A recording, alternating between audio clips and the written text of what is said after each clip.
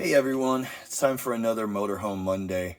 I've got to say, I'm really sorry about the delay in getting you guys more and more videos. I actually had started a whole new project. I got asked to build a friend of mine, good friend of mine's, Sprinter van into an RV. So I put Huckleberry on the shelf for right now, and get back to him here later. But for right now, over the last couple months, I have been working on a short wheelbase Mercedes Sprinter. Turning it into an RV is somewhat, and I'll explain that in a minute here. But I've got a good friend of mine who is a quadriplegic in a power chair, and he had bought this Sprinter and wanted to make it into an RV to go camping, do a lot of boondocking, weekend trips, things like that with his wife. And so I have been building this thing basically from the ground up. It was a shell when we got it. Couple other things had been done. All of the handicap modifications have been done. It has a 6-way power seat, has hand controls, and has what's called a super arm lift in the side door. You can see some of it here. It's a mechanism where that arm goes out and connects to his power chair and lifts him up into the side door. We'll have videos on that here after a while. Shows how that works, and we've modified actually some bracketry to his wheelchair to be able to work with this lift system. But so far, everything has been super custom on this whole entire build, because being in a wheelchair, you have a lot of special considerations, not only for like the handicap modifications of driving and getting in and out, but once you're in, and for him, one, being in a power chair, which is much bigger than a manual wheelchair like I am in, but also he doesn't have use really of his hands, especially grip. So there's a lot of things to consider in making this so that it's something that he can use himself. He will have his wife with him, but there's a lot of times you just want to do things on your own. And so a lot of thought had gone into this. We spent many mornings just staring at this thing going, what are we going to do? Where are we going to put stuff? And it's been, changing as time has gone too. The plans have changed along the way. So if you're doing your own out there, please, understand that this is a serious process. Lauren himself had done a lot of due diligence on the different components for this, for the electrical, for the water heater, for the furnace to heat the air inside here, and just configuring where things were to go. So this has been a serious process. And anyway, right now we're probably I'd say about 70% done, 65% done.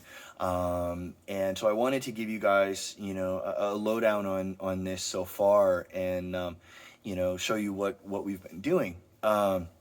So start off, the main thing that I did was I used what was called, it's an extruded aluminum. It's called 80/20. It's from a company called 80/20. And this is, we called it like the erector set. It has been super easy to work with. All of the components, there's a lot of variety for the hardware, for bracketry and hinges and all sorts of different things.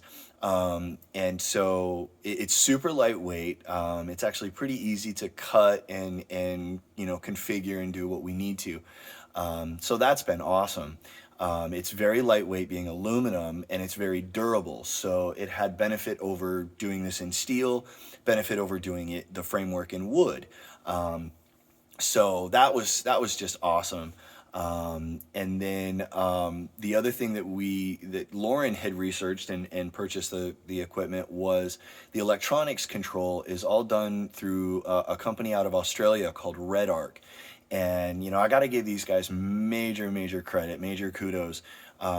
because this system has been super compact, super easy to use, and configures and controls and does so many things within. You can see right behind me here on the wall, the top controller is the one that controls all of the electronics.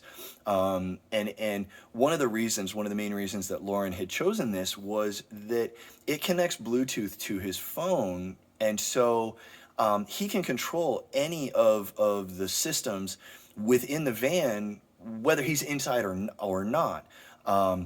He could be outside and forget to turn the water pump off, or the furnace, or anything like that. And he can just, with a push of a touch screen, he can turn everything off on whatever he needs to. And then also be able to monitor battery life and usage and things like that. This system is just absolutely amazing. I'm very, very impressed with it, and I look forward to working with this, in future builds. The other major component that he had gotten was, again, the furnace. It's a diesel furnace, and the whole entire system is bought through a company called Rixon's Enterprises.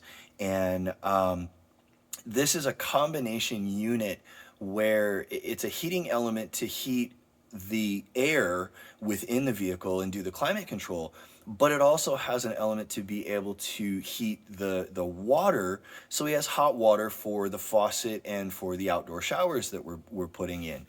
And all of this runs off from his diesel furnace that is supplied fuel from the main tank in the van, because itself is a diesel. So, no need for extra tanks or anything like that. Again, this is another super compact unit. Space is such a big thing for us to be able to, for accessibility. So we had to use as little space as possible, and this being a combo unit for the hot water and hot air makes it prime. Some of the components are exterior mounted, and some are internal, so that works out really, really nice. So far, everything has been very, very easy to work with, install, understand. I'm not the smartest man, so this has been a challenge for me, but hasn't been so bad. One of the other cool features that we've put into this is we put a bed that the main platform of the bed can actually raise and lower. So one, we can put it at a specific height for him to be able to transfer to, but also be able to put it up when it's not in use, out of the way. So for storage, he wants to be able to haul, mountain bikes and cargo and things like that. So we can put the bed up out of the way when it's not in use. And super slick setup. We've worked everything out. It's you guys will love it once I get some video and show you that. But a lot of things going on. We're partway through. We've got a lot of stuff done, but there's still a lot to go. So I hope you guys enjoyed this one, and we'll follow along with this build as well. I promise I will get back to Huckleberry. And if you haven't already, please like this video and subscribe for future content. Always hit that bell, get notifications of the new stuff when I actually do post.